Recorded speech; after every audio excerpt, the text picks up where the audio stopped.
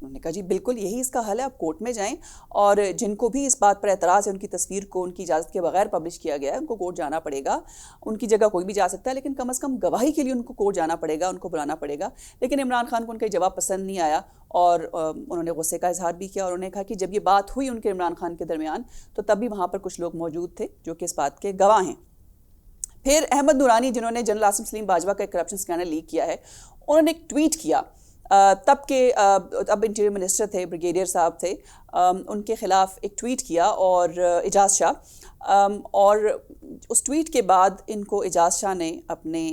Ministry میں بلایا اور ان سے کہا جی کہ احمد نورانی کے خلاف کارروائی کرنی ہے کہ اس نے ملک کے انٹیریئر منسٹری کے خلاف یہ ایک ٹویٹ کیا ہے اور اس کے بارے میں اس طرح کی باتیں لکھی ہیں, تو ان کے خلاف کارروائی کریں. تو انہوں نے کہا جی قانونی طور پر تو ہم کچھ نہیں کر سکتے, لیکن اگر آپ سمجھتے ہیں کہ آپ ان کے خلاف کوئی کارروائی کرنا چاہتے ہیں تو اس کا بھی ایک ہی راستہ ہے کہ آپ عدالت جائیں. اور ظاہر بینگ انٹیریئر منسٹر یہ ان کی شان کے خلاف تھا, تو وہ بھی بہت غصے میں, اور انہوں نے کہا جی کہ احمد نورانی کی ٹانگیں توڑ دو. یہ ان کی خیر ایک بات ہوئی اعجاز شاہ کے ساتھ, اور انہوں نے اپنے انٹرویو میں یہ بھی کہا کہ مختلف مواقع ایسے آئے جہاں پر ان کو ایسے بھونڈے قسم کے مقدمات بنانے کو کہا گیا, ایسی فضول قسم کی انویسٹیگیشنز کرنے کا کہا گیا کہ اگر وہ ان کی بات مان لیتے, وہ مقدمات شروع کر دیتے, انویسٹیگیشنز شروع کر دیتے, تو آج ان کی ریٹائرمنٹ کے بعد ان کے لیے ایک بہت بڑا پنڈارا باکس کھل جاتا. اور اس لیے زندگی میں کبھی انہوں نے قانون ہاتھ میں نہیں لیا, کوئی ایسا کام نہیں کیا جو قانون کے منافی ہو, تو انہوں نے ہمیشہ اس بات سے انکار کیا.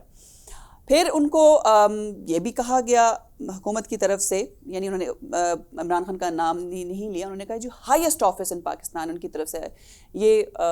ریکویسٹ کی گئی, ان کو بلایا گیا کیبنٹ میٹنگ میں, اور یہ کہا کہ یہ جو خواجہ آصف ہے, کیونکہ یہ ہمیں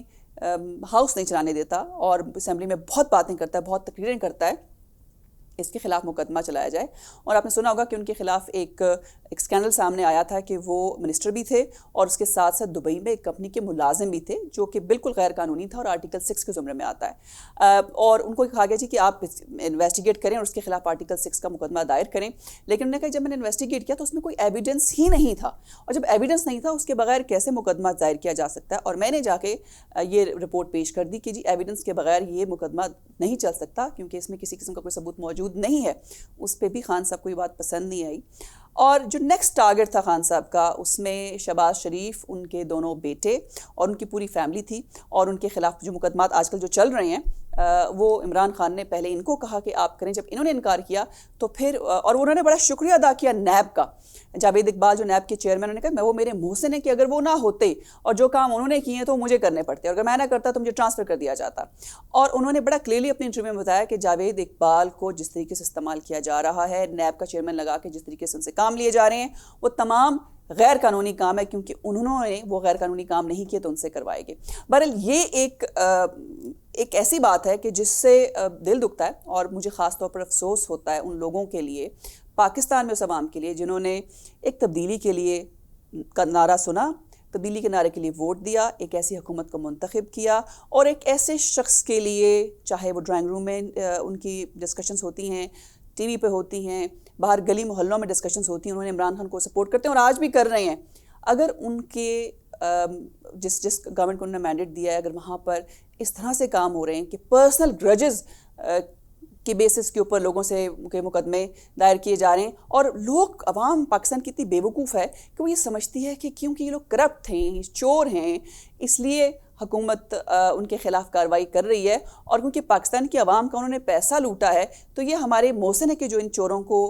کافر کردار تک پہنچا رہے ہیں, ان کے خلاف مقدمات درج کر رہے ہیں, ان کے خلاف باہر جا رہے ہیں, کورٹس میں جا رہے ہیں, تقریروں میں ان کے نام لے رہے ہیں. انہیں یہ نہیں معلوم کہ یہ بیسکلی یہ اناد کچھ اور ہے, یہ پرسنل ایشوز ہیں. کسی نے کسی کی تصویر جاری کر دی, کسی نے کسی کے خلاف ٹویٹر پہ کچھ لکھ دیا, کسی نے کوئی ڈی پی ایسی شو کر دی جس سے وقار مجروح ہوا اس گورنمنٹ کا اور اس کے وزراء کا, اور خاص طور پر ہمارے وزیر اعظم کا, تو اس کے خلاف FIA اور نیب کو استعمال کیا جاتا ہے. بہت ہی شرم کی بات ہے اگر یہ تمام الزامات جو بشیر میمن نے لگائے ہیں وہ صحیح ہیں تو. لیکن اگر بشیر میمن کا انٹرویو غلط ہے, انہوں نے جتنے بھی الزامات لگائے ہیں وہ جھوٹے ہیں, تو پھر مجھ سمیت تمام پاکستانی عوام کو ضرور اس بات کا فیصلہ بھی کرنا ہوگا, اور یہ ڈیمانڈ کرنی ہوگی کہ ان کو بلایا جائے عدالت میں,